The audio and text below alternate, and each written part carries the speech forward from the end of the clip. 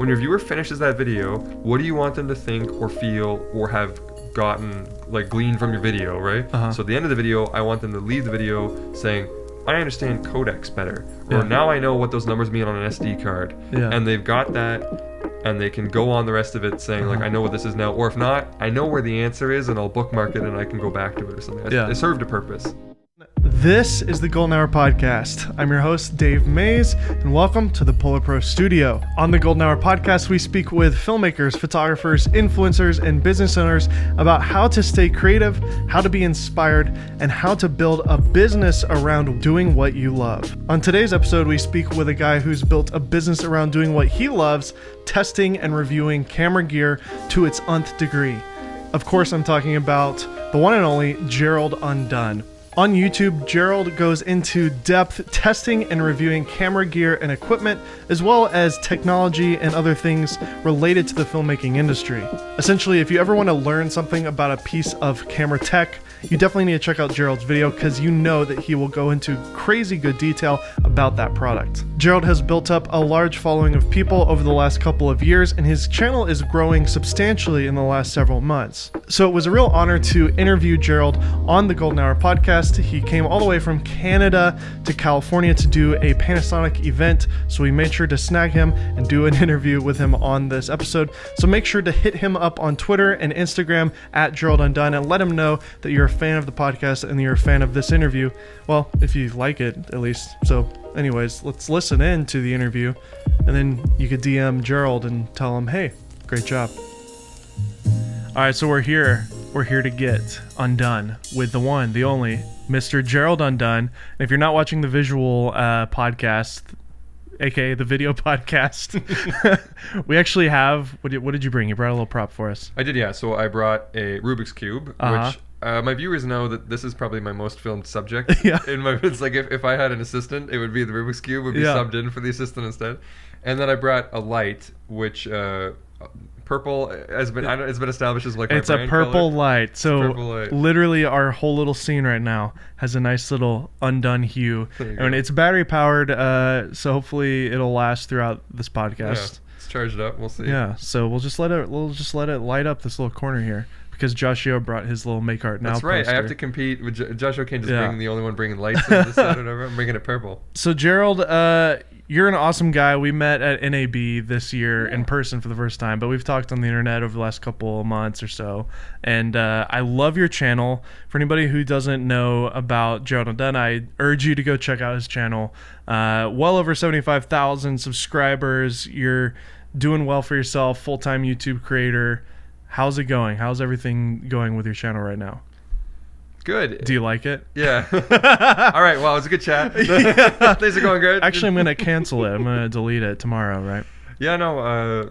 There's a lot of learning to be done every step of the way. So I feel like, ask me again in a week and it'll probably give you like a different update. As of right now, everything's going great. It's been going great for a while. Like, I don't have anything to complain about. Exciting.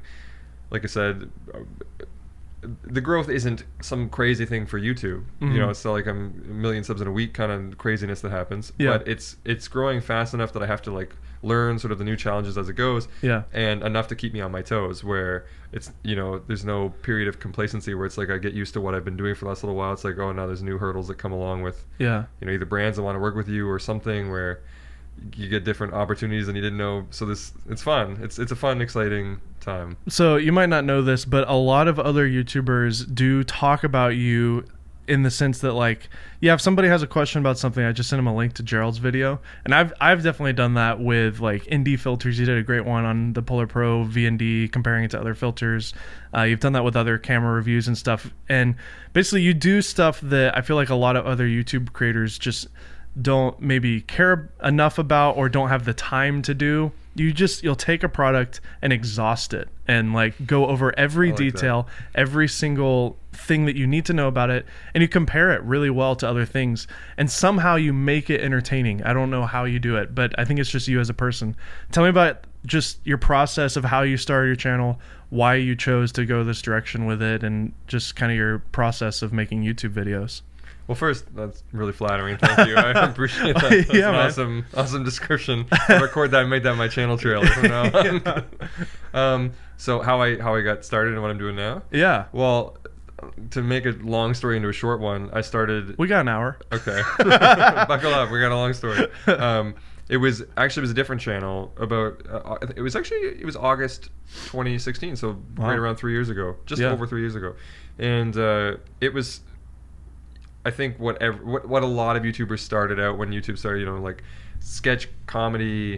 I did some music covers. Like a sort of a weird like news show. You didn't tell me that. Yeah, well, that's part of the intro. If you want to get into that. Or whatever, by the way, just context, guys. We had about an hour and a half drive to get here today. So Gerald and his significant other were staying at.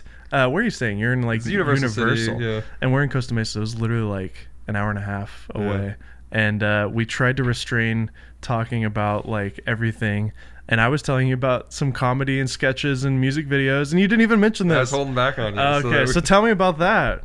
So just if you imagine sort of like older cringy YouTube, I did a lot of that, and I had fun with it. And Julie was a big, I guess, like advocate for that because she thinks I'm funny. I don't know if she's right, but like I entertain her. So I basically made videos that entertained us, and there was a few hundred other people that were also equally entertained. But that was, I think, the cap of that market was like that. And in that, just inside jokes. Exactly. Yeah. And the people who maybe had the same. This stuff was pretty absurd. Keep in mind, like I like to refer to it as like David Lynch comedy, if you will. It's like pretty absurd stuff.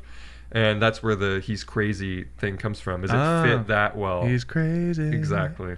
But because I've listened to your intro multiple times watching your videos. I'm like, I don't know, Gerald's pretty reasonable guy. Crazy, he's not that crazy. There's a way that I apply it now, which is that you'd have to be crazy to, like you said, exhaust a piece of gear. It's like, who's got time for that? Exactly. Well, that crazy guy over there does. Exactly. But when you watch the video, it seems organized and pretty thought out. So he's not crazy. But it's what happens before you saw the video that makes it pretty crazy. Totally. But the videos prior to that, no, they were crazy. Yeah. The video was crazy. So in that, though, I also thought, because I was kind of inspired, like I think every other person on the platform now, was by Casey Neistat at the time. I thought it was interesting how he's documenting a lot of the goings on of the making of the videos as well. Oh, he's got a new camera, he's just got this lens, and how that one works. So I thought, well, I can do a little bit of that too, because we were running a photography business at the same time. So I had access to gear. So here's the gear I'm using, here's something we're going to buy, here's this problem I have with that thing. And in that, there was a huge disparity in the views between the absurd comedy videos and the ones that were related to the gear. And it would be something like 160 views, 110 views, 200 views, 150,000 views. Wow. And, and that happened in a cycle like that probably every month. And so eventually... It's quite a jump. it took me a while, but eventually I succumbed and just said, fine, I'll give you the videos that you want, because you clearly don't want my crazy videos. Yeah.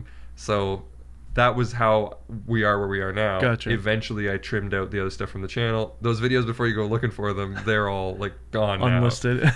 To keep the channel making a little bit more sense to a new viewer. Sure. Because variety content, I'm sure but like if I had advice now, a channel has to have a purpose. You can't make variety content. Some sort of niche. So I got it out of there. So the channel now, if you looked at it, looks like an organized, technology. I call it creative technology because I don't like to just do camera reviews. Yeah. But that's what it is now. I love that. And that's how we got here. Creative technology. I'm gonna use that one. No, it's copyrighted by me. Actually, it's not. There's a brand called Creative Technology. Oh, that really? makes audio equipment. They made like Sound Blaster and all that stuff. That's cool. That's pretty creative. That's pretty creative tech. Yeah, it's creative to steal another idea. No, yeah, I call it what do I call it? Camera and tech entertainment. That's what I call it. I like it. That makes sense. I don't know, but so that wasn't ever your intention to do gear stuff, but have you always been like a gear guy? Yeah, but the camera part of it, I'd say, was more focused more recently. When I say recently, I mean probably like the last 6 or 7 years. Yeah. I was into cameras for personal reasons. That sounds really weird. It was personal. I don't want to talk about it. But no, not for like professional. It was like I shot video and I like doing it, making wacky videos even when I was a kid and stuff like that. And I had like cameras and I would take photos for myself, kind of like what people do, like hobbyists just for yourself, right? Yeah. So I was into that, but I didn't think there was much to it. especially with film cameras, it's film camera, whatever. You take the film, it takes the photo, you move on, right? Exactly. But I was big into like computers and technology on that side. That's like, so I'm a super computer nerd. Always have been. When I was a kid, I was like the first kid to get a CD burner. The first kid, I was always on the leading edge of that. Did you build PCs and stuff? Absolutely. Yeah, me too. All through my life, loved it. And so later on, when the like digital photography business thing, which was later, we're talking like 2013 for me. Yeah. But Julie had been doing it for years and years. But when we started doing that together, I was like, wow, these things are much more advanced and a lot more computery than they used to be. And I think I like stuck to them. Of like just tinkering with everything and like trying to maximize it, just like with computer, not so much like overclocking like I do with computers or like benchmarking, but trying to get the most out of a camera as you could on the software side of it. And I just kind of fell in love with the tech. Yeah, and I feel like that's exactly what you're doing now with your videos in a way. The way you just described that with your interest, your videos are geared around how to get the most out of whatever that thing is you're talking about. And that's what I love about your content. So it's a computer nerd with cameras now. Exactly, basically is what it is. Yeah, I'm happy. So, and I think people took to those videos. Yeah, and at first it felt a little bit like some kind of I'm getting pigeonholed into some kind of thing, but now it's like I like it, I enjoy it, and people seem to like me talking about it, so it's good. It's a good thing. So on your about section on Facebook, oh geez, haven't read that in a while, you write about the journey you've had growing up from being a class clown to then falling more in a serious role as you've entered your 30s. Tell me about that journey. Obviously, you talk about the sketches and stuff. Have you always kind of been a goofy dude growing up and stuff? Yeah. Tell me about that. Well, that's pretty much it. I've been a goofy dude growing up. I was probably a trouble student in terms of hard to focus. Like I liked learning, and I was good at school. Like when it came time to test me, I'd excel at tests and stuff like that. But the actual like being behaved, I was just like always off the walls. If it wasn't jokes or goofing around, I wasn't, what was the point? Do you have siblings? I do, but there's a gap. All my siblings are much older, like minimum of 10 years. Really? Yeah. 10 years is the next. Sorry, the next. So you're the youngest. Yeah, by 10 years. So by the time you were old enough to go to school, they were like gone. Yeah, I basically grew up an only child in a sense. Yeah. They're there for some things, but I didn't grow up, with that brother that you have to like fight over toys with. I don't know what siblings are like, but I've seen movies. I didn't have that. Yeah, exactly. So I was kind of like an only child, and I think I lived in only. If there was some sort of psychology evaluation here, I think I'm an only child on paper. So. So I was a bit of a goofball. So being goofy got you attention and whatever, right? I think that was the idea. Yeah. If we're gonna go into psychology, I'm definitely no expert, but that sounds about right. The teachers told me that thing where it's like, oh, he learns too fast that he's bored, and we need to stimulate him and stuff. But I wonder if that was partly true and partly that I was just a dink. Just like I can relate to that. I was very similar. Gerald Undone, did that name come out of anything from your childhood, or did you just kind of come up with it? Or no, it was just let's figure out a name. I knew some pitfalls. Is your name Gerald? My name is Gerald. Okay. That's legit. It's not my last name, although some people think it is, and at this point, sure, it is. Yeah. We'll go with it. Yeah. Because when it comes to like getting badges for events, and when you tell people what it is, like it's easier just to, because it's not a. Well, same here. I'm Dave Mays. That's not my last name. Exactly, but it sounds like a name, so we'll go with it. You know what I mean? If your name was like, Bricklaying 101, that'd be a weird name. You wouldn't call yourself that. Although PewDiePie, I guess, right? Yeah, I get there's examples that work, but for the most part. So, and that's related to the idea is that I knew some of the pitfalls of coming up with a name. So I tried to craft one that I thought would. I want it to be a name because, we talked about Casey Neistat, right? Yeah. That's a name. It's his name. It happens to be a great name that he was born with. Yes, but if it works out well, then you're still Casey Neistat. You can do whatever Casey Neistat wants to do, and that's your name, right? Exactly. So I wanted that, but I also wanted it because I'm not Casey Neistat. I wanted it to be something that would maybe be something kind of memorable or something that you could associate in some way. So I had this whole, whatever people do when they write everything down and those charts, or the brain charts. I was doing brain charts, Dave. That's so cool. That's not a thing. No, I've done that. I do it with voice memos. When you make there's like a word for it. It's like a drawing. I know exactly what you're talking about. It looks block, like you draw circles and you just do lines out of that, and then you come up with ideas and you compare. There's a name for it. Yeah. Somebody listening is shouting at the radio right now. It's so obvious. Anyway, so a bunch of crafting with different names, and there was a bunch that ended up being terrible, and then you feel them out. But the idea was that it's my name, Gerald, so I get to have that part. It's not restricted to anything specific, like the whole bricklaying 101. What if I don't want to do bricklaying anymore? Then my name's useless, right? Exactly. And then the Undone thing fit originally into the idea of the crazy content. It's like, this guy must be losing his mind. He must be coming undone. And then at the same time, there was this idea which kind of works now into the modern thing of, if I want to take things apart, if I want to look at things closer, I feel like it's open enough that you can make your own interpretations of them, and every one that I've heard, because people make like memes and things in the comments and stuff, they all fit well, and I like them all, where it's like, cool. Oh, he really undid that one, or that video has been completely undone, or that topic's been, it's like, yeah, it all works. So I'm exactly happy. The name seems to have worked, but you take a chance, right? When you come up with it, you're like, oh, is this gonna work? Well, it's a great name. You've tied it in really well to every video with your intro, Let's Get Undone. I love that. It's such a great setup. And then you've got a great little meme that you've added to all of your videos, I think. I don't know if it's on every single one, but you basically have the audience give you like a tagline of what you are in that particular episode. Can you share some of your favorite ones from those funny little memes that people write? Yeah, so it's like, sometimes they're me. But what do you call it? What do you call that segment? Like a greeting. A greeting. Because I used to have a different greeting that we were chatting with this for a second, but I didn't like, again, we saved it for the podcast. Right? Yeah. We used to have a different greeting. It was just like a hello.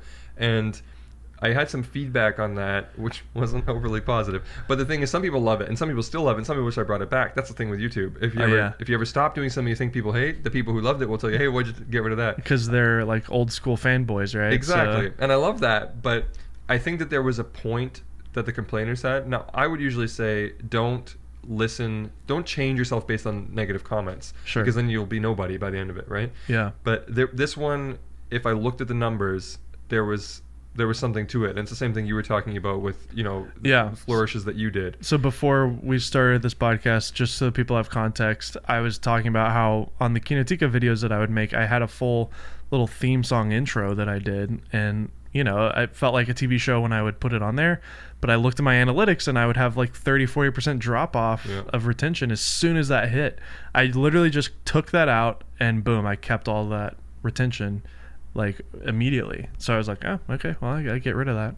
Originally I was following this formula that you need to have some kind of catchy intro thing, and that was like based on the gaming channels. You remember like Jacksepticeye has that like slaps like high fives the camera, and he has like his like Irish sort of thing. And then Philip DeFranco, I guess, has his own. Yeah, and you know what, there's a lot of channels that get accused of like copying different things. If there's a channel that I've probably like consciously or subconsciously modeled myself after the most, it's actually probably Philip DeFranco. Yeah. Content wise, not at all, but I love the like symmetrical sets, the fast framing, talking, the quick jump cuts, like keep up, and the framing, and and I was like, he's got an intro, he's got an outro, he's got an end card, he's got a thing, and I was like, this is the type of content that I enjoy watching, and my watch time is the highest on Philip DeFranco videos, I find, that outside of tech. Sure. So I thought, what if you could do that kind of format in tech? Maybe it'd be cool.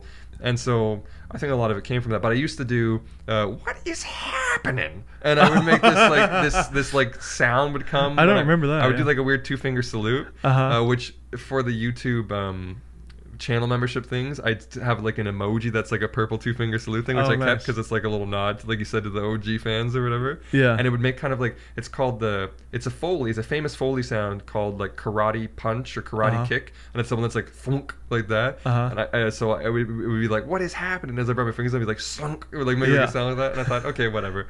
But the thing is, if you don't know who I am, so it's like I said, some people love that, but if you don't know who I am, I'm some guy who you clicked on a video and you're like, I want to know the answer of what's the best way to set your focus settings or whatever. And I got this guy yelling at you, cracking his voice with falsetto. Yeah, like, what is your name? And I was like, it makes sense that some people would go to the comments and be like, shut up, I don't know who you are.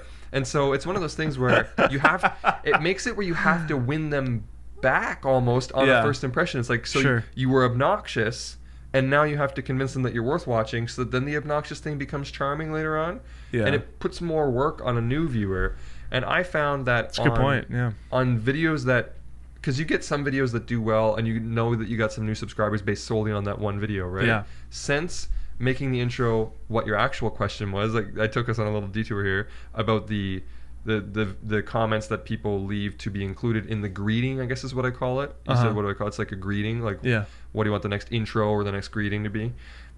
Since that, the engagement is better because people aren't, they don't find it as obnoxious. Yeah. And I also get away with saying obnoxious things because I didn't say it. Yeah, Somebody else submitted it. Yeah. I'm doing fan service here. Yeah. But it also lets me say wacky things, which I really enjoy. Yeah. And some of them are great. I get to pick and choose the ones. Yeah, But some of them are great. And I get to say wacky things. It's not that I came up with it. They submitted it. And I think for other people, they view it instead of some obnoxious YouTuber, it's a guy who reads the comments. Yeah. And I think that's worth something because now what they type in is not your intro is obnoxious. They go, I have a question. Or I have an intro idea for you, which is Exactly. which is fun because they're participating. And I have found that there's, analytic-wise, less drop-off that first like 5 seconds in the route because this guy's annoying, and more sort of acquisition of subscribers based on videos that would have been their first time and I never would have, like I won them on that one video. Yeah. I win them more on videos since not doing that.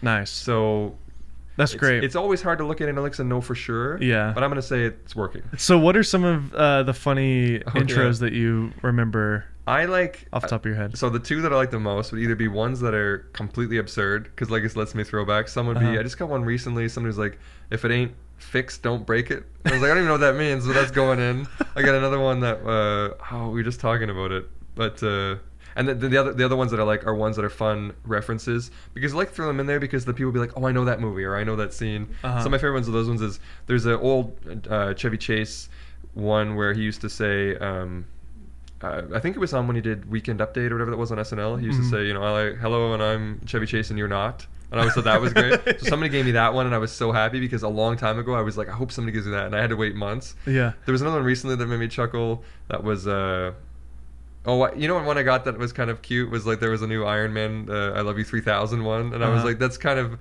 weird, but then I did it as my intro because I thought that was kind of funny, because I would say I'm Gerald Undone and I Love You 3000. I thought that was kind of funny. Yeah. And then it just got filled up with Avengers. Oh. Like this one, do this and this, and it was like every line from the Avengers you ever thought of. It was like just like filled up the comments. So I like the movie ones. Yeah. And then I got this one, which was so timely because I was going to make a video on some LUT comparisons. Yeah. And somebody said, I like big LUTs and I cannot lie. So I was like, how can that not go in the next time I talk about LUTs, right? That's perfect. So things like that. There's some clever ones out there. Movie references are great.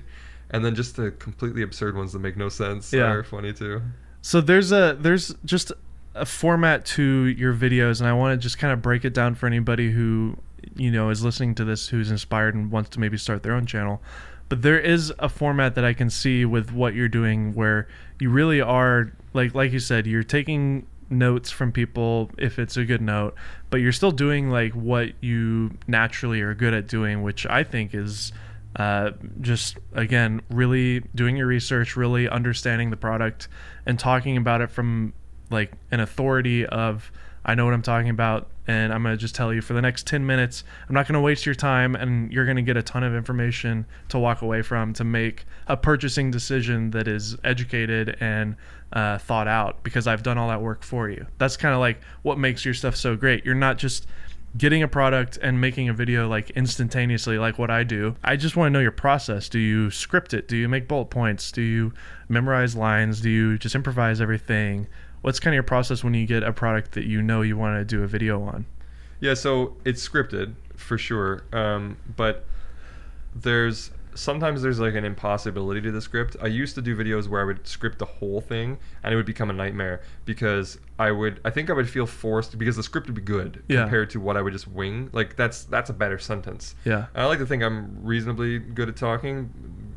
You can tell by that terrible sentence. I'm reasonably okay at talking. I think I'm a good talkist. On Wednesdays. But the script would be really, really good. It would be efficient as well. Yeah. No wasted words, good sentences, and if I wrote it out, I could sometimes have like 14-page script, and then I would think, well, I gotta say it this way because what I'm gonna do now, just not say it that way. When I wrote it, and then it becomes a worse sentence, and you end up going back. So I thought, that's good. It's too long. I'm talking like 3-hour recording sessions for A-roll and stuff like that. Like just too long. So I trimmed it back to a much tighter, like 1 to 2 page script with sort of like, I'd have a lot of like parenthetical parts where it would be like, this is where you talk about your like personal experience with autofocus or something like that. Yeah. You know what I mean? And that would cue me enough to do it. And I think maybe it gives it a little bit less of that, like, get ready because I'm about to tell you a whole bunch of facts real fast. Maybe gives people a little bit of reprieve when I do that whole like personal anecdote part. But it's still pretty structured in terms of, and that structure comes from before when I get so let's just say I get a camera body, right?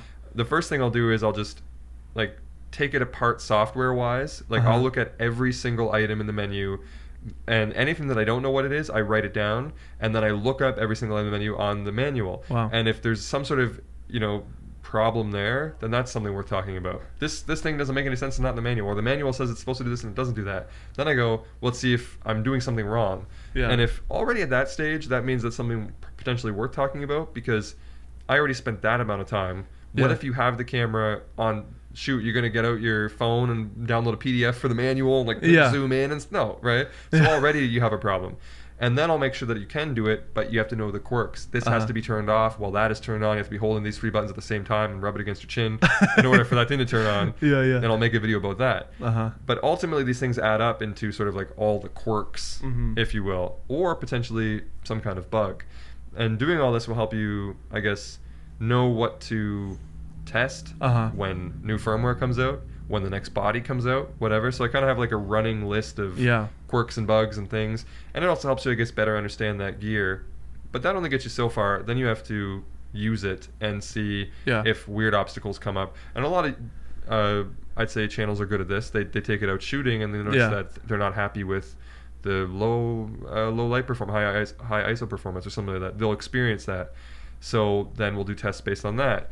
And you kind of develop a list of, these are the things that bug people the most, so we'll compare those notes. And what I like to do is try and find the most fair, even I guess, playing field comparisons that I can do, because comparisons are hard. Because price point is a big aspect of that. If you're comparing a $1,000 camera to a 1DX Mark II or whatever, whatever, that's actually not a great comparison because that's a really crappy camera for the price. But at one point, it was a $7,000 or $5,000 camera versus a $2,000 camera that could have been out. Exactly. And so there's always that aspect that's who's the customer. And so I always have a section for value, and value is difficult to apply because there's a lot of subjectivity to it. So I have to try and provide some kind of objective value to, if you're doing this, is this worth that much money to that compared to, like you said, a 1DX Mark II or whatever at that time.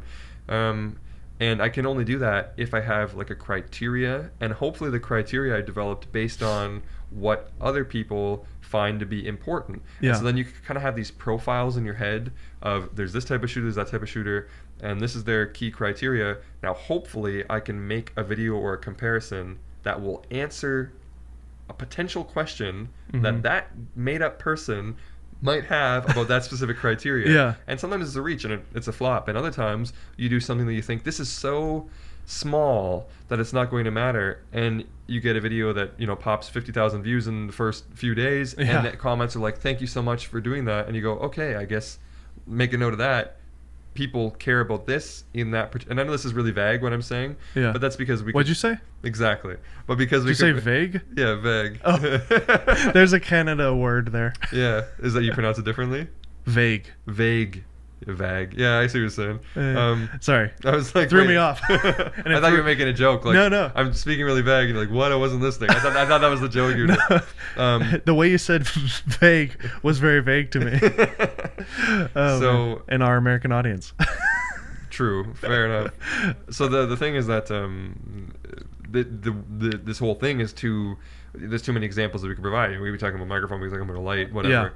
So it's tough. And then you get into price points and that kind of thing. So it could be, look, it comes out of this. That costs $1,000 more. But it completely solves that. I'm doing a lot of that. Is it worth $1,000 to you? Everybody else who's not doing that, exactly. No, you don't need that. Don't put $1,000 in that. But everybody wants the perfect camera, the perfect whatever.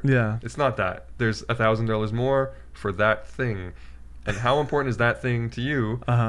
All I can really do is show you how much better that one criteria is because of that extra $1,000, and you can hopefully look at it, think this guy's making an honest test, and I don't know, maybe you're just really into how the quality of noise is on a camera, and I show you 2 noise samples on YouTube, which is already compressed, and you go like, wow, I will pay $500 for that better noise. Thank you for the for the time, like that's what it is. But you only get there.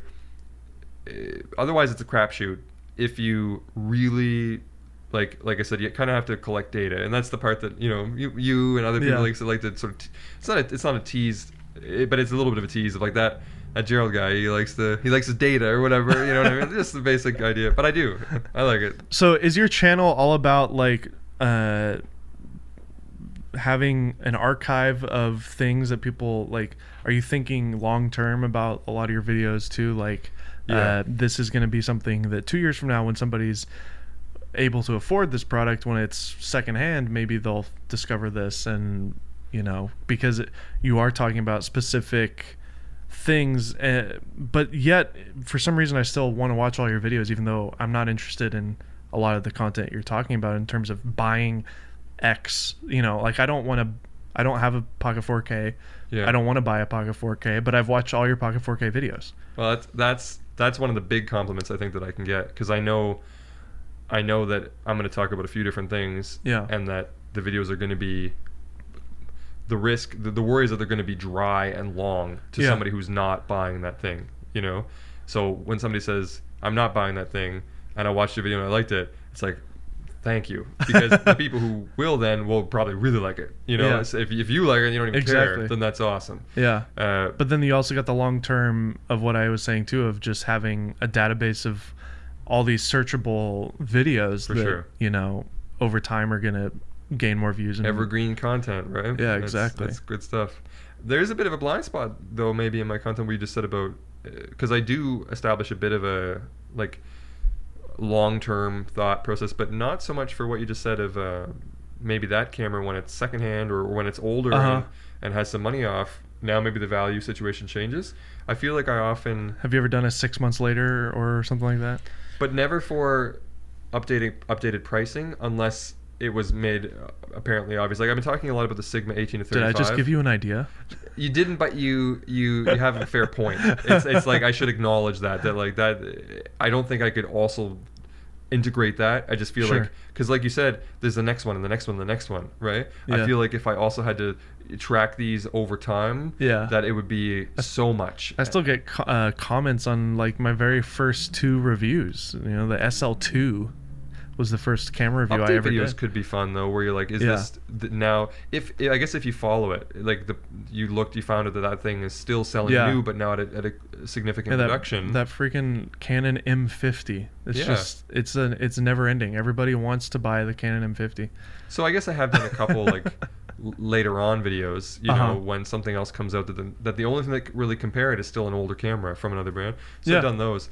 But maybe I should do more, because sometimes people do comment and they say, but you can still get the version 2 of that compared to the version 3 for half the price, and that's a good buy right now. And often I don't have a strong opinion on that, because I haven't considered that camera in a long time, and I don't know if I would even think of it the same way. I'd have to go back and sort of like reevaluate it from your 2019 perspective. Exactly. Now that you know what you know is going on. For the price, it's half price, and now exactly. Because I don't think you could just think back, because then you don't know if your memory is even. Did you have a?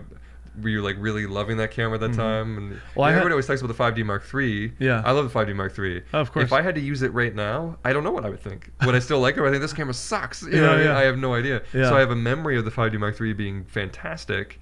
But if somebody said, I can get a 5D Mark III for $500, I don't know, right? Let's just say they said that. I'd think, what can you buy for $500 right now? But I'd be comparing my memory of the 5D Mark III for $500 compared to what's up. That's not worth anything. Exactly. So my blind spot is probably that I don't do a lot of that. Let's go back and get that. In this case, that 5D Mark III. And there are some channels that do that, and they seem to be fun videos. Caleb Pike, again, we've talked about him a couple times. He does like the vintage stuff, but I mean, he also goes vintage, right? But he does do some videos of like rounding up some older, and I like. Or like 5 cameras under $500. Yeah, and often they're like eBay specials and stuff like that. Exactly. And I do like those kinds of videos. I love his mentality, because it's all about serving the audience. It's not about serving a brand or helping a brand. It's always about what is my audience gonna enjoy watching? What's something I can add value to their life? And that's what we should all be doing. Yeah, there's a lot to learn from Caleb's ethics, I think, when it comes to this game.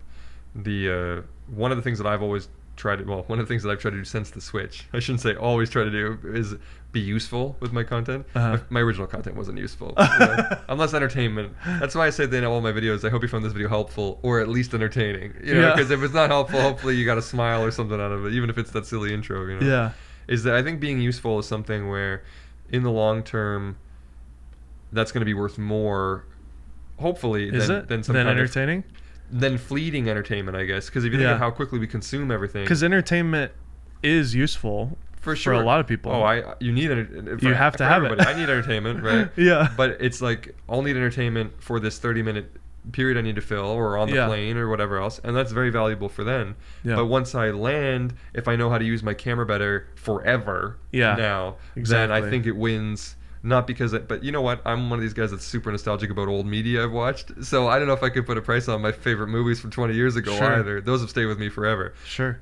But let's be realistic. I'm not going to make a sketch comedy video that's going to stay with you for 20 years, So the best thing I can do probably is make a useful video that can maybe help you for the next couple of years, do something that maybe makes you money. Yeah. And then you can do something with that. Go watch some good movies, It seems like you're cranking out content really fast, like pretty regularly. Do you find it difficult to just constantly be thinking of new ideas and obviously editing all these videos that you're posting on your channel? So the workload can be tough. I'm happy that the idea flow hasn't been dried up. There you go. That's a weird sentence. We can thank these amazing camera companies that are just pushing technology like crazy, like Sony and Panasonic. You and I are going to go to this Panasonic event tomorrow. They're just inventing new stuff like every 2-3 months. It's nuts. So our content has never been higher, like in terms of, like, I literally haven't even talked about the Blackmagic 4K camera. I haven't talked about the S1H yet on my channel. You don't have to look far to find something to talk about. You can just take one brand, like our friend Jason Vaughn. He, of course, he is a fairly unbiased person personally, but his channel is very Sony focused. We had him on this podcast, and I asked him about that directly, and he said that his audience is a bunch of Sony shooters, and so anytime he does a review of something else, they get really angry. So he's like, okay, I'll just talk about Sony. And so his entire career and channel is one brand, and so we're not hungry for content. But the problem I've had, and I'm sure for you too, is just the amount of time that it takes. It's a lot of editing, sometimes late nights, sometimes saying no to social events or whatever. It's a dedication to do this.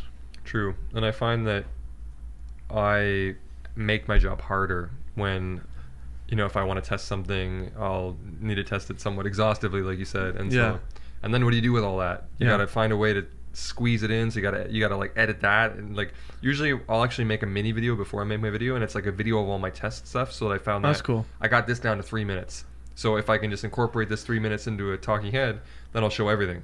Because the original footage, or even if just photos, if I'm testing, I don't know, continuous burst rates on a camera, I might have taken 1,000 or more images, and it's like, what am I going to do? Like, tab through on Lightroom every single one of the images? You know what I mean? So, well, as you can see, this one's in focus. Oh man, that one's out. But there's something to it, because collectively they show a keeper rate over 10 different situations or different intervals. So how can I summarize this so I can show maybe a couple of quick collections, and then give some charts showing the results, and then so I kind of have to edit my tests first because I did too many of them, but maybe not too many. If you can edit it into a small amount of time, then you did the right amount of tests. Does it ever get stale doing tests? No, for you? That's the part that I love, and I think hopefully it comes across. It does. That if I didn't love that, I don't. Like you said, if you don't love it, so you don't do it. I don't. Because why would you? Right? You have to be crazy. So no, I do like it. I like testing. I like that studio that you see in my videos. Yeah. Behind there's like a workbench, right? When I'm not filming, I have cameras on that workbench, and I tinker with them and test things, and I have like a diorama that I shoot. In fact, we brought a prop. So here, you can introduce this. This one's just a shutter basically, and because everyone's always talking about shutters, and I was originally going to explain this is what a shutter looks like, and there's an actual actuator on the back that you can. Yeah, you guys can hear it. Gerald actually took apart the shutter from I guess an old camera. This was, I want to say this was an Nikon. It was the Was it broken already, or? Yeah, it was it had a few problems. Okay. I want to say we'll go in the market of like D50, D60, maybe D70, like somewhere in that zone. So pretty early on in the digital camera, and so I thought it was a great test guinea pig. I got the sensor for it. I've got like all the electronics for it, and I have a bin of like all my favorite parts of it. But I don't know. It's cool to see like a fun little. It's cool to see it in person. I've my grandpa or my great uncle actually gave me an old Leica M3 from 1964, and when you take the lens off of those old Leicas, you can see this exact same kind of thing. It's just right there. Yeah. And so I've seen this kind of mechanism before, and it didn't really change. They just replaced where the film stock was with a sensor. That's really all it is. And that's why you can do backs, like digital backs on the Hasselblad or something. Yeah, exactly.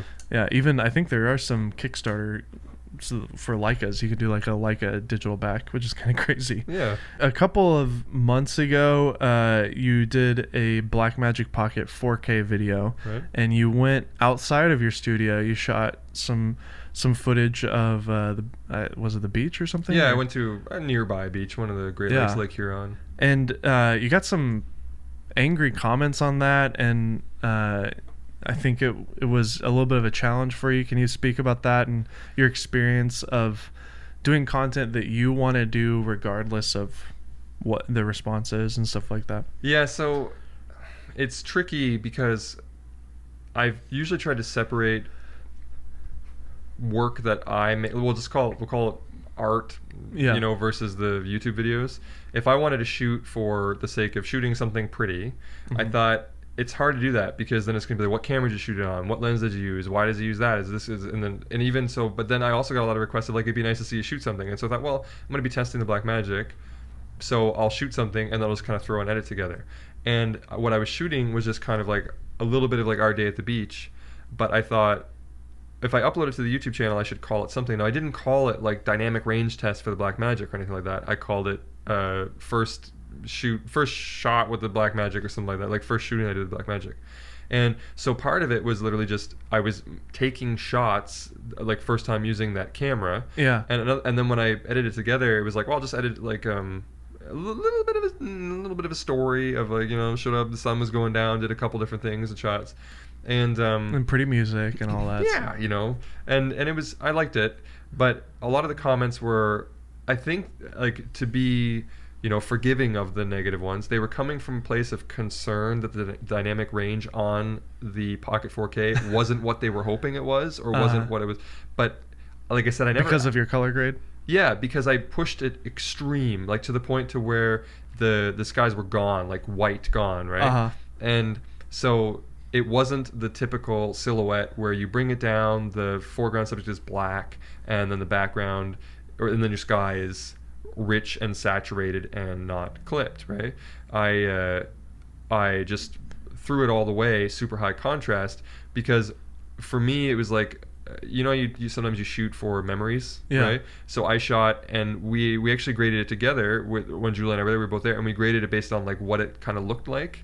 This is a long story, and I'm over it, but and so the comments were like, "Whoa, there's you can't see the sky or whatever, like that's all blown out and clipped." And it put me in a position where it's like, see, should I actually be making these videos, or should I be posting? Should I be posting these videos that is like just stuff that I want to shoot for myself? Yeah. Because I feel like the only thing I can post now on my channel would be like, I have to shoot maximum, I gotta shoot to the middle, put my middle gray at 38% or whatever on the Sony when using S-Log2, and that's like, otherwise it's like, the guy didn't expose exactly correct according to the manual, so how do I know if the camera's working any good? That's not, so it's hard. So I did do one more recently though, where I did show some like, I didn't make a dedicated upload based on a conversation, but where I did a video for Film Convert Nitrate, and it was just, just like fun shots that were only shot for that purpose. And it was like, this is film convert, right? This is not accurate colors. This is solely to make your image look a certain way. And I did a few different film stocks, and they all look different. Some of you be like, those greens, whoa, that one's undersaturated. This one's but it's like, look, you want to have fun? You want to make a quick, fun grade? This is what you can do, you know? Yeah. And so I made it more of a tutorial, no negative comments. Yeah. But if I did the exact same thing and uploaded the video by itself, it's as if some people were like, they don't know what film looks like. Instead, they thought the Blackmagic is supposed to have a lot more dynamic range. Also, it's the context of your channel, too. People subscribe for the thing that they know, which is you introing the video, your face is on the video, there's the tagline, and then we get into the nitty-gritty details of blank. Yeah. And by doing the video upload just by itself, it not only people who subscribe to you are probably more tech savvy than the average viewer, obviously, but they're also expecting a certain format. So from what you've learned from that, like, what would you say to somebody who's a YouTuber who does a variety of content? Should they stay super hyper focused? Should they start other channels? What do you think about all that? For everyone, I've got an example of something where the opposite worked. Sure. But I think maybe just for like general purpose advice, make the content that if you want a channel that makes sense and successful, make the content that makes the most sense for the audience that you're trying to, if you're making a video for yourself and you want you to watch it, those types of people, then that's your idea. If you're making it to help a certain type of audience, then do that. I think when you go off course from that you enter into the trouble zone a little bit quicker and easier. Yeah. Making a second channel, I mean, sure, I could do that. I could make a second channel that's just kind of like, because I think what other people want to do is they want to see like my corporate work or something like that, and those videos I don't care about. Because you do that when I shot the beach, when I was doing it for fun. For me, I actually like that video. Corporate work I don't care about. It's whatever. Some guy's got a gym or whatever. You know what I mean? Like, I don't care. Not because the videos are no good. It's like it wasn't my interest, and that's one of the reasons why I don't do that kind of stuff anymore. Because I found it harder to care. Yeah. And if you don't care that much, then your client's getting ripped off. Yeah. And I'm not saying don't. If you have to pay your bills, you have to do what you gotta do, right? And I think there's people who do care and they're really into that. They do a really great job, and those are the people that should be making your videos. I'm not one of those people. So for me, I should be making the type of videos that I make, which is I'll give you the tools because you're passionate about it. You go make those things. The types of things that I shoot for myself, or either, like I said, kooky videos that entertain me, or they're just like shots that I thought were pretty.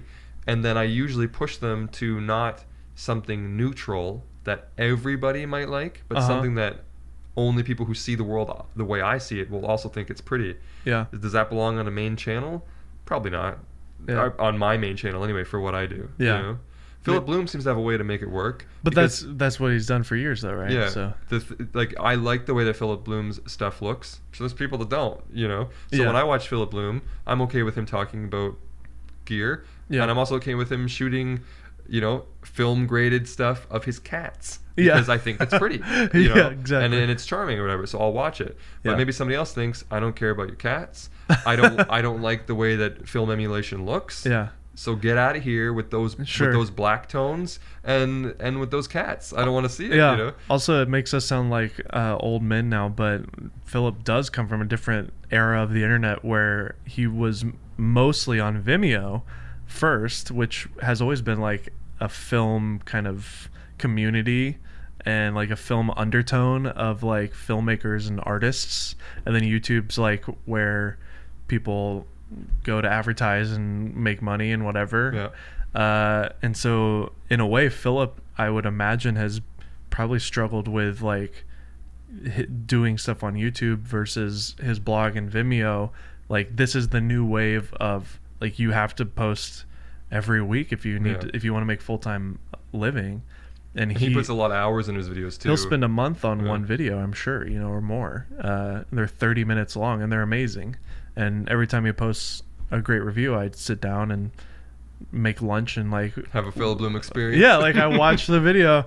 And there's a lot of kids now. I call them kids, but it's a lot of younger people who are entering the filmmaking community fresh out of college or high school, and they've never heard of Philip Bloom, and they're watching you, and they're watching Peter McKinnon and lots of other people that are creating on the internet right now on YouTube. What do you have to say about that? I mean, I know you and I both are big Philip Bloom fans. Like the kind of culture of what's going on, like we do have to be kind of topical and, you know, at least putting out content every week, right?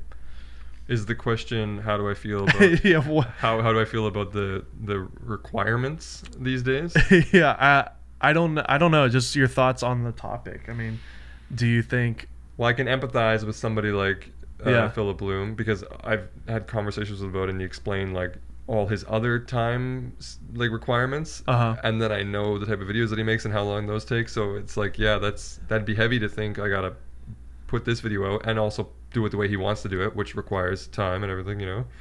You see that recent one he did with the probe and the LED lights, and it's like this really like mystifying the small HD video. It was really cool. And then I can only imagine like, you know, doing the whole A roll and then putting it on the monitors and then, you know, moving cameras, like that's I so wish I would have thought of that, because I do a lot of shots like that for product stuff, and I was like, that's such a good idea, and I hate that, you know, I didn't think of it. Exactly. He didn't say I didn't have it, I never had it, you know, but like he thought of it. You see an idea, somebody's like, damn, but that takes time, and I feel like he might have less time than I do. And he did that, and I didn't. And like I had more time, and I didn't come up with that, you know. So it's like I empathize with it, but when it comes to other generations, where I think there's like two types, you can do that. Like you gotta every day make a video every day, kind of like that mass content thing, which that can work very effectively. Or if you want to put out some, you know, masterpiece once a month or something. You know? Josh Yo's a great example of somebody who, you know, he actually probably could do more videos if he, you know, but I wouldn't want to see an everyday video from Josh Yo. That'd be a disaster, right? So I think it depends on, not because that's not what you want from that channel. If you're subscribed to Josh Yo, you want to see like, you want to see his process go the way that it does. And even though he could probably fit in more videos, like this isn't my opinion, he said this, right? That he could fit in more videos than he does. I would still want them to be make art now videos and not everyday style videos. So I guess you have to find what you care about, because like we just talked about a minute ago, if you don't care about it, it's going to show. Right? Exactly. And what you could say about Philip Bloom, what you could say about Josh Yo from Make Art Now, is they care about it. Well, at least they've sold me that they care about it in their videos as a viewer. Even if I didn't know anything outside of that, I would watch those videos and I'd be like, now this is a video from somebody who cares. But I've also seen Casey Neistat daily vlogs when they were in their prime. And at the same time, you go like, now it's the exact same thought, but about something completely different. Totally. I don't have a thought either way, but don't do the wrong one that you don't like because you think algorithmically or something. Do the one that you're going to do a video that a viewer goes, now that's a person who cares about their refrigerators or whatever. You know what I mean? Like that's what you want to. Exactly. At least I admire that when you see a work that you go, wow. Even if it's something, that's why I said it's a big compliment when you say, I don't even care about that, but I watched it, right? It's like, hopefully that it was passion or something that sold you then. You like, I want to see what this guy's rambling on about, you know? So I don't care what it is. Do it with all your heart. You know, this is like such a moment, you know, like just get out there, kids, and do it with all your heart. No, it's true. I think hopefully somebody who's listening to this can be inspired by that, because I can totally relate. When I first started doing YouTube, I started looking at like, where can I make money? Where can I go viral? What are things I can do to make this blow up? And I was like, okay, kid channel. Okay, cool. So I like developed the superhero concept, and like I designed a costume and everything. I built a set, and I went and bought toys, and I would like unbox them and like have Nerf gun fights as a superhero. I did a couple of like tests. I even did a pilot episode with my friends, and it came across so. Did you feel dead inside? I did. I felt completely dead inside. I knew that this is a great idea. A superhero YouTuber for kids. That's a brilliant idea. I know that will work if somebody else did it and was good at it. That's like what I was just saying. You know, those people who are good at making those, like, I made a joke about a video about a gym, right? There's people out there, we actually know a couple of them mutually or whatever. Who Jevin Dovey does a lot of do you know Jevin? Yeah, he does a ton of exercise videos. He loves it. You want somebody shooting your He's gym great or at whatever, you know, you got to get somebody who cares and does it. Or maybe he's like it's because he actually goes to the gym. Or a gym person who turned like, there's like brotographer or whatever. Right? Yeah, like, brotographer's great. Yeah, it's integrated. He owns a gym. Exactly. It's like they care, right? Yeah, of course. I don't care. I go to the gym. I like the gym, but I don't want to shoot your gym. I don't care. You know. The biggest kind of realization for me was that I've heard Gary Vee say this all the time. It's like you just need to be authentic to who you are and talk about the things that are authentically you. And I always had a problem with that because I was like, I'm authentically interested in a niche that's really small, camera and tech. Like, so that means I'm never going to be like super famous like David Dobrik. You're never going to have millions of subscribers. Yeah. YouTube is a business, but it's a business second. You build this is my opinion. I'm not an expert. You build the business around your interest, make it sustainable and do all that kind of stuff. But make sure the interest is there because it won't be sustainable if you're going to hate your life in 6 months. Yeah. Oh yeah, you built a business and now you're not doing it anymore. So who cares, right? Exactly. So build the business slowly as you develop something that you're passionate about. Yeah. I think that's the key. And if that happens to be a 2 million subscriber market, great. If it happens to be a 150,000 subscriber, you can do well on YouTube with 150,000 subscribers. Exactly. It's doable, you know. Absolutely. So, and that's what I was getting at is I just kind of over the last honestly year I've finally have come to the realization, okay, you know what? I'm just going to try to do my best at this one thing that I love, and that's camera and gear tech stuff. And whatever that is, I'll experiment and play, and I'm working on some comedy sketch stuff around our niche, which I'm really excited about because I don't see people doing that. So maybe that'll take off. Maybe it won't. If it doesn't, I had a blast making it. So who cares? Yeah. Like, so just always be the one for you, right? Yeah, exactly. One for you. Exactly. What's the one for you for you?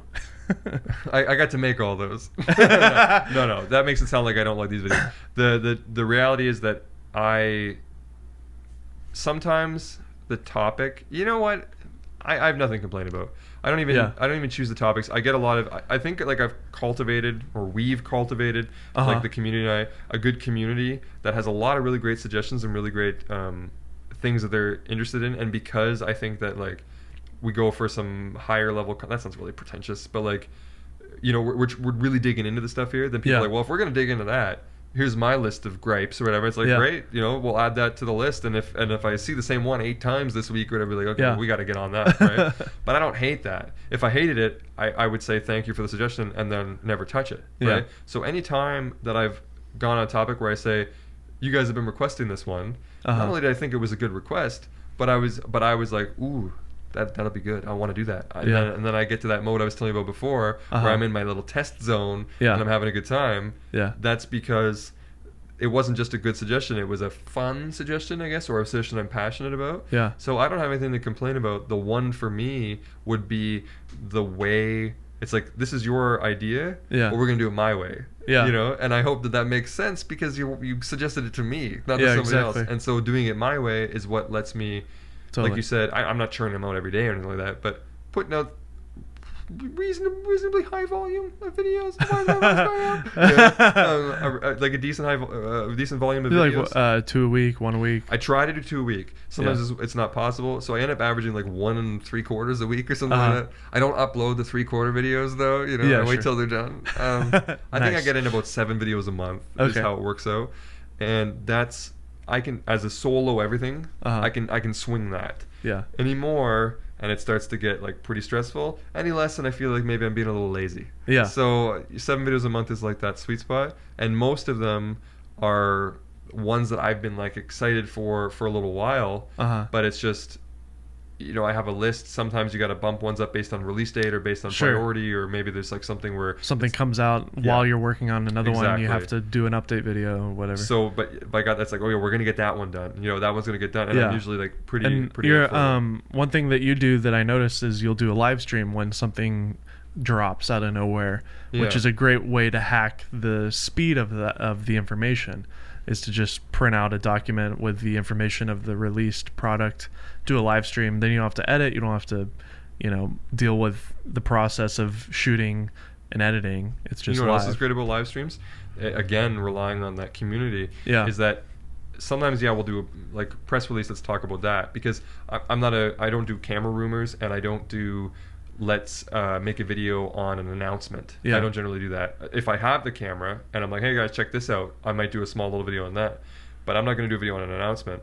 So the stream is a good way to bridge that gap, like you said. But the other thing I like it for is that when something is coming, not a rumor, but it is coming, and we know that, or the whatever camera is going to release on the 23rd. Yeah, right? so the Panasonic S1H, we know it's coming out. It was released at Cinegear. You did a live stream. I watched it. Correct. Now, I don't have that camera, but let's say that I was getting that camera shipped to me next Friday, right? I might do a live stream and say, so I'm getting that camera next Friday.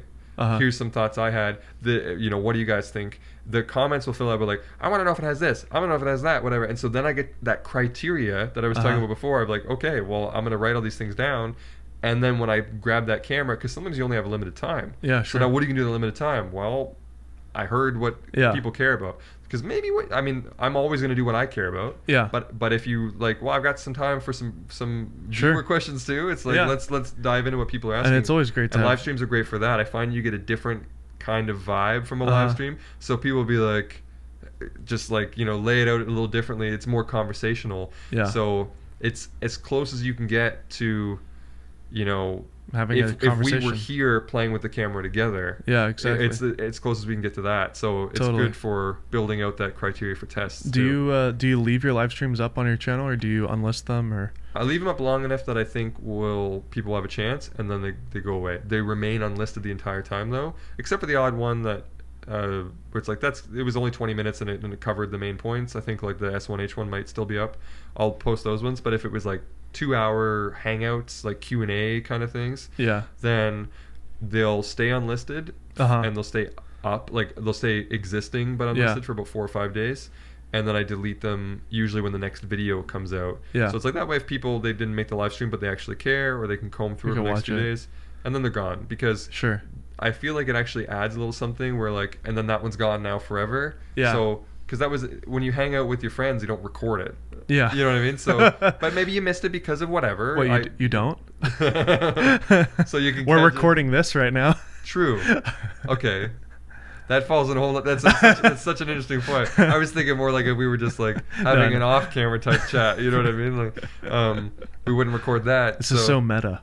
But it is really weird, right? But you might tell another friend. You'd be like, "Oh, I was talking to Dave the other day, and he mentioned this and that." Or whatever. Like, let's get him on the phone. Hey, Dave, what was it that you said about whatever? Exactly. That's like being able to rewatch the live stream for a couple days. Totally. But then we're done, and next month when we hang out again, we're going to be talking about new stuff. Exactly. So. Totally. That's what I try to do the live streams. Like a little, hanging out with people. So do you have Patreon? Do you do Patreon? I do. Do you like it? Is it good? Do you make extra money? Is it? Yeah. You know what though? Like, I'm gonna try to approach this topic as humbly as possible, because it's weird. I find it still weird to talk about those types of things, because it's like it has a slight twinge of charity to it. Do you know what I mean? And I find it difficult because I don't need charity, and not because of like pride. I just like, your money should be spent on what's valuable to you. I don't need it. You know what I mean? Like, everybody needs money, but I don't want to take your money for nothing. But I feel like that's probably because I think of it as taking it for nothing, because on Patreon I don't do anything. But I say that outright. It's like, I literally made this Patreon page because of endless comments of how do I support you. This is before I had the channel memberships thing. So I made it as a way for people who felt compelled to give money on Patreon. Here is an outlet for it. It's in my description. In no way should you do it if you do, like, and you're not going to get anything out of it. It's like, I'm not going to post here because I want my stuff to be available to everybody, and I want everybody, regardless of how much money they have or how much money that they can give on Patreon. I want them all to have the same. No paywalls. So I say that it's like there's no paywalls, which means I can't give you anything special on Patreon. So if that's not what you're in Patreon for, then great. You don't need you don't need to give me money.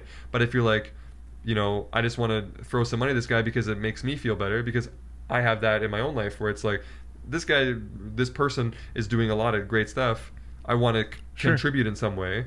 Then I provided an outlet for that. And then when I got channel memberships, to turn those on as well. But you have to make perks for channel memberships. So I made like an emoji or whatever. And then I took that same emoji thing that I was required to do, and I uploaded it to Patreon and said, you guys can have this emoji if you want. I don't know what you're going to do with it, but I proved still there's no paywalls. Patreon and memberships, they both get the emoji, So I have it. But so that's thanks for sharing that. You didn't. Yeah, I appreciate that.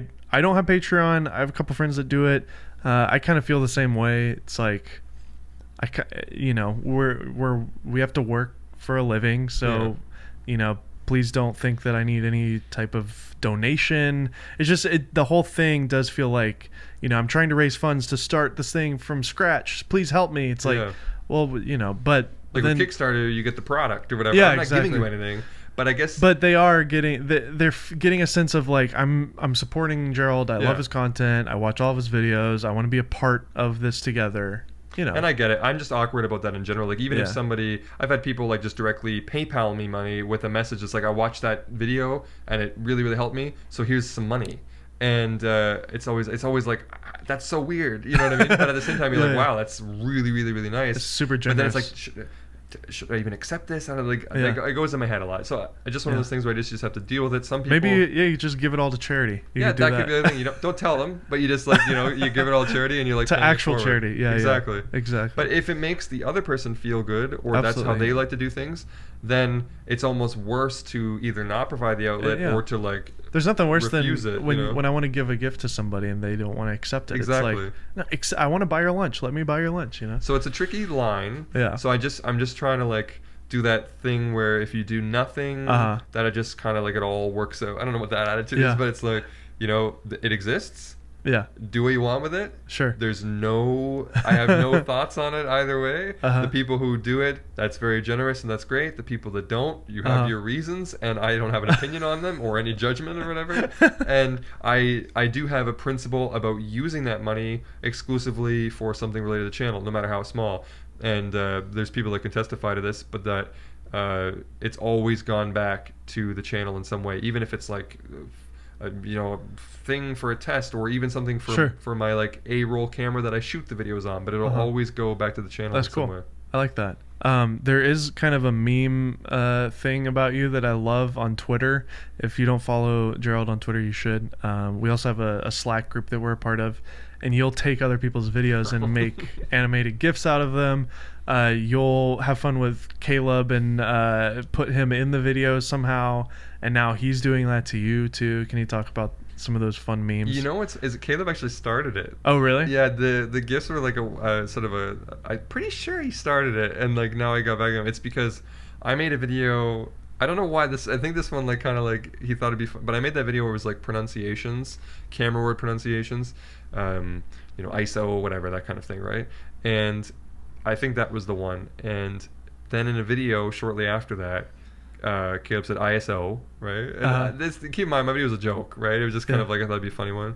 And then he wrote on his video, Gerald, I'm like an adult male with 2 kids, and I'm this age, and I don't have time to be learning new words and how to pronounce it. I'm not gonna change or whatever. It was this like flash paragraph, like that appeared on the like screen. A frame. Yeah, like so a you had to frame. pause it. Yeah, and it was like a full on explanation of like I'm not gonna change the way I say things. I'm grown up and I've got kids and stuff. I'm not changing how I say words.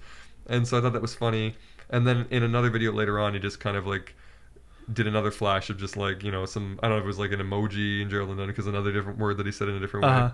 So then he did something in a follow-up video. I don't know, it was probably like he did some goofy motion where without sound it looks absurd. So it was just like one simple GIF like that. And one of the more ones that people thought was really funny was more recently, because now it's become a trend. Like he said, he was explaining these like sound blankets that he uses, and to lower it, he had to go in between the 2 sound blankets. Such a great gift. So you couldn't see him anymore. He just kind of like disappeared between sound blankets, and then lowered it. So it sounded like it was like a magic trick. Yeah. He like went in it, and then the blankets went down, and it was like, where did Caleb go? So he turned it into like a GIF of like a guy goes to the sound blankets and it lowers, and people have been using it to be like how I feel at the end of the day, or when my upload fails, they just like go on the sound blankets and it goes just reuse down. it. That's perfect. So now I just do it to tease just inside jokes. Every time I watch one of his videos, if he does something goofy. Well, you did it for one of mine, and you took it out. I think I have a text where it says "Yes, ma'am" or something. Yeah, you held up something that said like "Yes, ma'am," and I thought that's silly. So anything silly. I guess it's my little like callback to my absurd kind of humor. He's crazy. Exactly. What do you call yourself? YouTube reviewer, photographer, videographer, gearhead, artist? I think on social media I call myself a video makerist. because I like that to try to avoid any of the names. And then I say tech tester, value nerd. But yeah, I guess like I'm a camera nerd, Yeah. but I'm a computer nerd is what I am. And I like specifically focused on camera technology. Pretty much right now, yeah. It's like if you're a camera or a computer nerd or know somebody who is a computer nerd, yeah, and you said to them, "Here's a camera, tell me about it." That's what I do. You know, you would expect there to be like a vernacular or a formulation of how they talk from their like computer nerd. Yeah, space. you would love Red then, because they're basically just computers with a sensor on it. And it's but surprisingly over the years, that's like even look at like Sony mirrorless. Yeah. They. The processors on them are nuts. Exactly. Because they're having to read. Or just the UI. It's like 45 pages of like like you gotta like program your camera in a way that you would like as complicated as you'd set up the OS on, like when you just got a new laptop or something. Like. So you have such a distinctive look to your videos. I mean, we're kind of getting it here with the purplish hue. Was that a thought from the very beginning? Was to kind of tweak your colors to have a distinctive color grade, image aesthetic? Yeah. How's it refined over the years? It's toned down. I think that what you do, this is true for any, even just basic photo editing. You'll go in, and this is my advice for somebody who's like new at this, is you'll go into something and you'll attack it with an idea, and then if you publish that right away, whether that's to Instagram or if you go to print or something like that, you'll probably find that later on you'll look at that and it was too much. So if you can give yourself a little bit of time, even if it's the next day or maybe a few hours you come back, you'll probably finally take that slide or whatever and just pull it back down a little bit, because you went at it and compared to the vanilla, you really like, oh, that's strong and I like it, right? Yeah. But then you don't have any sort of comparison to where it's too much. So I started originally thinking that, how everybody was doing that Hollywood split toning? Yeah, teal and orange. You got it, right? So it's like, I don't want to do that. But I do want to have color branding was an idea that I had really early on, that I wanted to have some sort of color attached to my brand, because I thought that would help, because there wasn't something extremely identifiable just about my name. So what if I had a color and a name and everything? It would kind of help support each other. That's cool. So purple was what I came up with, because purple's awesome. And yeah, if you don't purple. like it, like Donatello was my favorite Ninja Turtle, so I can really dig that. So gotta love purple. And then I thought, how can I incorporate that into this split toning idea like the teal and orange, right? Yeah. So I went in a similar vein. You just kind of push them in different directions. So I ended up with this purple and, closer to the yellow, but not yellow, because that would be a little bit strong. So it's kind of like a creamy color, like a little bit of like a vanilla kind of yellow off-white looking thing. Kind of your skin tone, basically. But like done up a little bit, right? So I would split tone it that way. I put purple in the shadows, and then I would neutralize the midtones by pulling them to that sort of opposite end, a little bit between green and yellow, with a little bit kind of that creamy color in there. Yeah. And if you look at the history of my Instagram, it was like so strong in the beginning, but it was kind of neat. It was almost like everything was monochrome in purple, and I would try to choose things that would make that interesting. But it made it where all the shots that have my skin in it, they would be extremely purple, obviously, right? So when I first started doing the videos to match that, so it'd be thematically similar from Instagram to my video, I would have to really add a lot, because obviously photos work differently than video when it comes to how you want to make a color grade that work. So it's like, how can I make it where it's skin and you can tell something, but where it's purple? And so I think, I don't want to say that I did it too far, but I did that thing where you're like, well, let's get it in there. Let's get that purple in right away. Yeah. And then over the, year or whatever since I've been doing that, I just little by little, every time there's a new something I'm testing, I'll take an opportunity to just like tone it down, and it's gone through the shades. The more bit rate, the more raw you go. Exactly. It's gone through the shades of like extreme purple. Yeah. To like, now it's pretty subtle, but it's there. Well, I've been following you for about 2 years, and I remember it being very extreme, and it wasn't a turnoff, but it was definitely like, ew, that's kind of what's going on weird. There? Yeah, exactly. it's just so weird. Purple. Yeah, exactly. But it didn't take away from the content. But you've totally landed at a amazing place. I think anybody who wants to see this can actually go look at your videos in list of newest to oldest and scroll down 2 years, watch that one, and then scroll up and look now, and you can see the progression. That contrast would be fun. You'd look at the old and you'd be like, that was interesting. That was a strange choice, because you're like, now it looks normal. it still looks a certain way, but maybe to me it looks normal because that's why. And when I go back, I go like, whoa, I was doing a lot, that was a lot. But that's everything. So it's my whole video is that like slider of life now, and I'm just kind of like, or my whole channel, just like toning it back a little bit as I go. It helps a little bit with when you want to tell people about how to get skin tones if you want accurate color. I've been finding, okay, maybe I should make sure that for more recent, at least when I do those videos, if it's like, if I'm going to be going to a chart or something, or I'm going to be showing people on a vector scope, something like that, I'll make sure that my grade is color accurate. Yeah. And then throw a little something in the shadows for me. Sure. But the old videos, they would have been where the skin tones weren't falling perfectly on the skin line. They would have been leaning on the magenta side. Gotcha.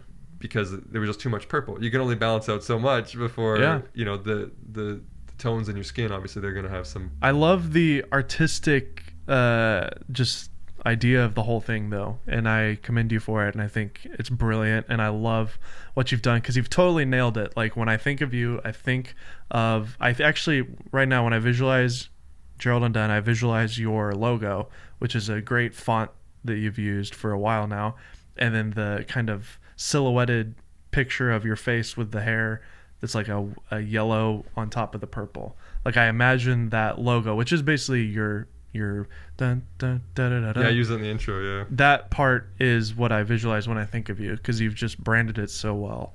The set, now that it's toned down a little bit, because I use a blue light in the set, and I have like Edison bulbs and everything, but I hope that the whole set, because it's dark, when you look at it, it kind of just has that kind of like, maybe not purple necessarily, but sort of a cooler kind of color just in general. Yeah. And then I usually, have a little bit in my skin, a little bit of light there, that it hopefully just gives you that kind of vibe that when you just see my banner, that it's like a similar. What's funny is that this light's bouncing a little bit, hitting. People won't be able to see this side of your face, but that side of your face has that like early purple. Like you can. I can see it on you, right? And I can also see the shadow of the mic on your face slightly. So this is working out well. It's like this is the Gerald Undone skin tone. I mean, right here, it's you can't see it if you're listening, but I'm holding my hand in front of the light, and you got this nice half because we do have this beautiful aperture 120D here. That's being blended with your purple light. It's pretty awesome. I think anybody who's listening to this is like, oh man, that's so much. If I'm starting my channel, I want to have color. I want to have a good logo. I want to have all this. And I would just say, and you could probably attest to this too, it takes time. It takes multiple videos, and that can sometimes stall people. It definitely stalled me when I was first starting out. I wanted to have all these ideas and these things just written out and put together in this package, and then I go do it. But then I started listening to Gary Vee, and I was just like, you know what, I just need to go do it. Actually make it. Actually go out and make the thing. And there's a great saying, good is better than, good enough is better than not done. I feel like sometimes people can want to perfect everything before they actually execute. And I'd rather just have it be good enough and then learn from that and move forward. At least for me, with my YouTube videos that I've done over the last 2 years, it's always been a struggle of like, okay, I just don't have time anymore. I have to just upload this and move on and learn from this and go forward. And the more videos you do, the more turnkey it becomes. One big thing for me is just having a set of some sort that you can just sit in, turn a light on, turn the camera on, and hit record. You don't have to pull your tripod out and then put your light in the right spot. And then, the same way. So like you've totally dialed in your set in your living room, you told me. Yeah, it is. So, can you attest to that? Just it's a progress thing. It takes time. It takes multiple videos. Even with the mind that you have now of toning it down, you had to start there to then get to the point where you are now. If you went back 2 years and said, hey, 2016 Gerald, you need to tone that purple down. Yeah. 2016 purple Gerald would be like, why? That's my look. But you had to go there to arrive to where you are now. Right? You know what it is? It's like, I think there's a corollary between people, and the infancy of a YouTube channel. Kids like to test everything. They got to run hard into. I don't have kids, but I'm sure they like run into things and lick everything and put everything in their mouth. Oh yes, absolutely. That's how they experience the world. I feel like as a YouTuber, if you don't act like that in the beginning, you don't know anything. So you're not going to know where to go, what everything does, and so you'll always have this narrower like vantage where if you can go out. Obviously, there's things you don't want to do because you get off the platform, or it's going to be a problem, right? So within the realm of the terms of service, or whatever you want to call it, right? Go out there and experiment, and go in the directions you want to go. It'll show you things you don't want to do. The thing is, we talked about avoiding variety content, and I still agree with that. So within the realm of branding or whatever, right? Yeah. Don't make a whole bunch of different videos because it's going to hurt your channel. But if you know what kind of videos you want to make, great. Make those kinds of videos and experiment with your delivery, with your color grading, with your whatever. Yeah. And you'll be able to see through contrast in the future from both changing perspective and also just having videos to compare what you like better.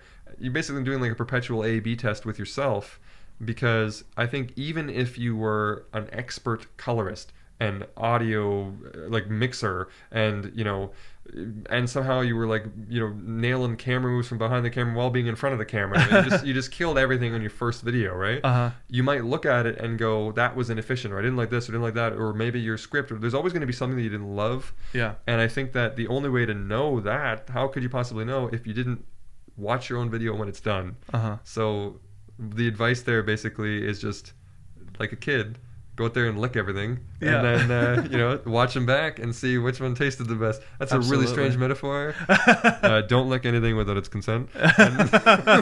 That's so true. And friends of ours, Maddie and Gene, Potato Jet, they shoot on the EOS R in 1080p with the Canon EOS R, because you could shoot on a 4K camera, but they like the flip screen, they like the Canon Color Science, they like the autofocus, and it's honestly the workflow is so much easier when you're dealing with 1080. It's faster, it's quicker, and they've been able to experiment and see that, 4K, I don't care about 4K, who cares? And in the case of both of them, it's not like they don't know what 4K looks like, or they never used a camera before, or they made a choice. Yeah. In my opinion, I like 4K better. Yeah, me too. But it's not like they don't. It's not like they didn't. It's not like they didn't lick the things. You know what I mean? Like to keep that creepy metaphor. Yeah. They went out and they tried it all. Exactly. And they settled on. And I can respect what they like. I can totally respect what they're doing, and I watch their videos on my iPhone, and I can't tell that it's 1080, to be completely frank. Oh sure. So, but 1080 is like the upper echelon for most screen resolutions. So I mean. Well, there's some pretty good stuff there, but so just to wrap this up, and this has been a great conversation. This is your first interview, by the way, like a podcast interview. Is that right? Yeah, for sure. Yeah. Except for the weird ones that I do by myself. Have you ever thought about doing a podcast that I would host? Yeah, like the Gerald Undone podcast. You know what? It seems fun because I think interviewing people is cool, and I think that, and I like it. When you watch like hot ones, you're like, oh, that would be great. Yeah. But like I said, not yet. Got my hands full. Yeah, you got your hands full. But I think it'd be cool. You do a good job. I think you make it seem like a good time. Oh, thanks, man. Yeah. We're just hanging out. That's right. With cameras. Well, we're filming it. A bunch of weirdos. But to wrap this thing up, like what we've covered some great topics, and again, people who are starting out, but even people who are in the industry and can relate to your interests. What do you have to say to them? What do you have to say to somebody who comes up to you and says, "I'm a big fan of your work. I like what you like. I want to be doing what you're doing." Just give me, in a nutshell, kind of your advice to somebody who wants to start doing this on the internet. So, I think we covered a few of the key pieces there. I really want to drive home, don't do variety content. Yeah. If you have no goal, then do whatever you want to do. It doesn't really matter. If the goal is you want to grow the channel to whatever the meaningful size is for you, then growth is achieved through not variety, generally. Pick something. Doesn't have to be crazy small niche, but it has to be narrow enough that people will know what you do. Like you do that. That's you. I remember that. If it's all over the place, it's not going to work. That's one thing. The second thing is, again, this might not work for all content unless you want to argue that entertainment is that, but be useful. I think that if you provide a value in some way to the viewers, whether that is helpful advice or some sort of useful test or whatever, that applies to us. But I think this applies to most other genres as well, because we talked about vloggers. That one of the reasons why I think Casey Neistat did so well is because people took something from his videos that wasn't just entertainment. There's a million vloggers you could watch if just entertainment. But people took something from that was like, you know, that's good life advice or something like, that I'm feeling really jazzed up to like increase my work ethic or something like that, you know. And I'd say comedy is useful. That's when I think about the trending tab on YouTube, there's a lot of comedy there because people need to laugh. Well, people are using YouTube as their TV. And what do you watch TV for? Sitcoms or whatever, right? So maybe it's not sitcoms on YouTube, but there's the modern version of that. Yeah. So there's a lot of ways to be useful. But just ask yourself, is what I'm making right now, does it serve an actual purpose? Yeah. And if it doesn't, and you can't, like, you really have to try to convince yourself of that, well, maybe, like, somebody who was doing this might find it, okay, you're not doing it, right? Like, serve a purpose. And, you know, that's always sounds a little bit like you gotta learn a trade. So I'm not saying that, but like just serve a purpose to your viewer. When your viewer finishes that video, what do you want them to think or feel or have gotten, like, gleaned from your video, right? Yeah. And then achieve that. And I try to do that every time I set out a video, and sometimes I try to actually say it in the beginning of the video without wasting too much time. I love that. This is what we're doing. The goal of this is that by the end of this, you're going to know this or that, or you're going to have a better understanding of this, or we're going to compare this because you asked for it. So at the end of the video, I want them to leave the video saying, I understand codecs better, or now I know what those numbers mean on an SD card. And they've got that, and they can go on the rest of it saying, like, I know what this is now, or if not, I know where the answer is, and I'll bookmark it, and I can go back to it or something. It served a purpose. That's what I would recommend doing. That's great. We've just been undone, everyone. Mr. Gerald Undone, thanks for coming in. It was a pleasure. It was a blast. Thank you very much. You can take that purple light home now. No. Okay, It's going to stay there. We'll keep it. Exactly. It's a nice look. I hope you guys enjoyed this episode of the Golden Hour Podcast. Once again, I'm Dave Mays. You can follow me at DaveMays_, and make sure to follow our guest today, Gerald Undone, at Gerald Undone on Twitter. He's very active on Twitter, by the way. If you're a fan of the Golden Hour Podcast, then hit me up and let me know what you thought of this show. And also, please consider sharing this episode with someone who you think would find it helpful or useful. We try to inspire you guys every single week, so make sure to subscribe to the Golden Hour Podcast in your podcast player of choice. And get ready, because every Tuesday, we're posting an episode. That about sums up this episode of the Golden Hour Podcast. Once again, I'm Dave Mays here in the PolarPro studio, and we'll see you next week.